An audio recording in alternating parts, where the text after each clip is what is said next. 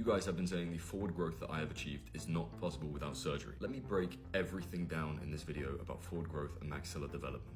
Firstly, here are my credentials. Pay attention to how the ear and the nose bridge are exactly aligned. So why did this angle here get tilted?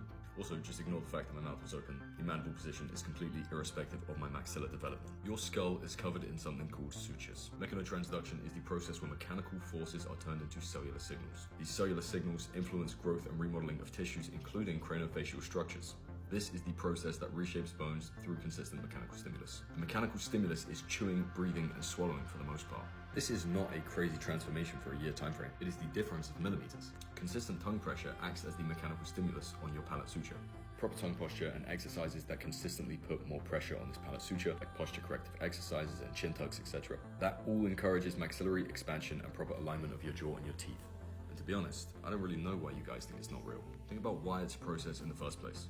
Let's just take your brain as an example. Your brain needs to grow, but it's trapped inside your skull. So this consistent, gentle pressure on the sutures and surrounding structures of your skull are going to be mechanical stimuli that trigger biological cellular signals in order for it to expand.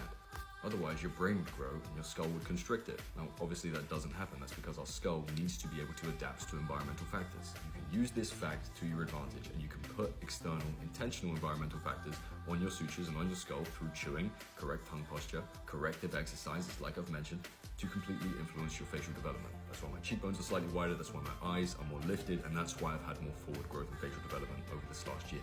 If I had to give you a brief rundown of everything that I would do in order to achieve better facial development, firstly, make sure you have healthy, aligned teeth. This is an absolute prerequisite. It is absolutely crucial for craniofacial development. Because the next step is you need to be chewing things extremely hard all the time. Tough foods like steak, crusty bread, or carrots are going to be your best friend. You also need to fix the way you swallow. Most of you guys are swallowing wrong and you don't even know it. You also need to fix your posture. Forward head posture is going to be consistently undoing all of your effects of nasal breathing and mewing. And I would also encourage you highly to do weighted sprints, chin tucks, and NPR. And for people saying that it wasn't possible because I was 18 and the mid-palatal suture typically fuses at 15, that is a lie. It typically fuses in late teens or early 20s, so you have time. Now, I often don't get too technical in here because I feel it's a little bit overstimulating, but you guys were coming at me like crazy for this, so I needed to back it up. Hopefully everything makes sense. Much love, gang.